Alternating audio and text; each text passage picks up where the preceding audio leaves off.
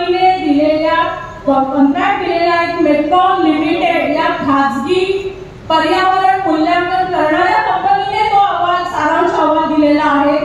आम्हाला समजेल अशी केवळ साधारण 12 पानं मराठी भाषांतरित मिळाली।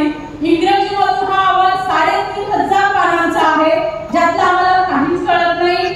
यातले हवा, माती, पाणी यातलं काय प्रदूषणाचे मापदंड आहे हे आम्हाला माहित नाहीये। आम्ही सामान्य नागरिक आहोत। आमच्या सगळ्यांच्या घरात साधा थर्मामीटर पण नाहीये ताप मोजायला, तो मोजायला पण आम्ही हॉस्पिटलला जातो।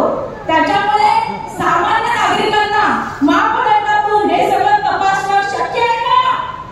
शक्य आहे का?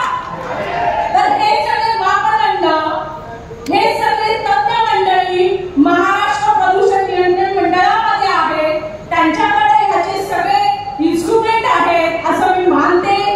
आणि माझी या सगळ्या या पोपॉन प्लांटचं जे झिरो लिक्विड डिस्चार्ज असतानाही आपण ते संघात ते सोडलं जाते, आपली खाडी प्रदूषित केली जाते। 10 MTPA असताना 15 MTPA असताना आमच्या पाण्याची काय दशा होईल? बाटलीमध्ये पाणी भरून आणले माझ्या पर्समध्ये गाडी आत्ताच आपण ते तपासू शकता। माझ्या विश्वास नसेल आपण स्वतः चला साहेब आणि तिथून सॅम्पल घ्या आणि ते डिस्चार्ज केलेल्या पाण्यामध्ये तऱ्हेतऱ्हेचे केमिकल्स तुम्हाला दिसतील जे आमच्या खाडीचा जीव घेतात।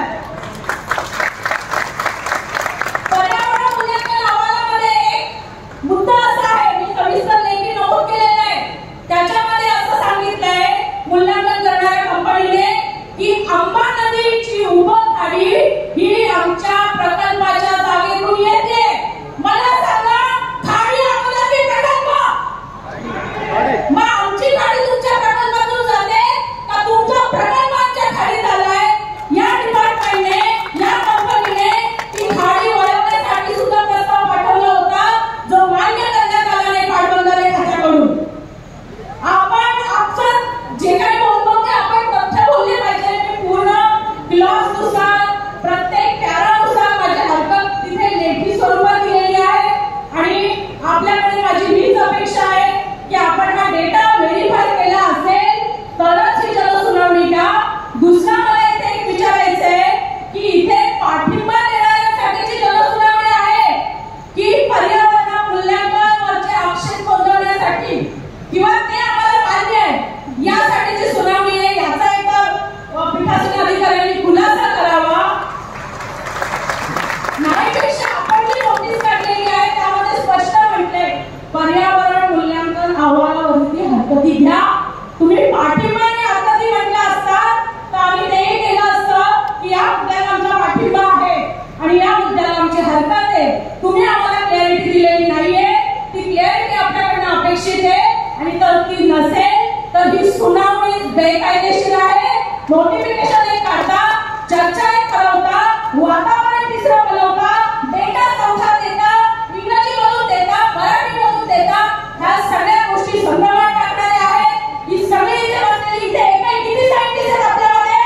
हात वर करा एक तरी असेल तर। कुणी नाहीये मॅडम, साधी वेळ होत आम्हाला अपेक्षा आहे महाराष्ट्र प्रदूषण नियंत्रण मंडळाने ह्या मूल्यांकन अहवाल, पर्यावरण मूल्यांकन अहवाल व्हेरीफाय करणं आम्हाला अपेक्षित होतं आणि आपण केलं असाल तरच ही जनसुनावणी अधिकृत समजली जावी आणि आता बेकायदेशीर जनसुनावणी होते असं मी मत नोंदवते। धन्यवाद।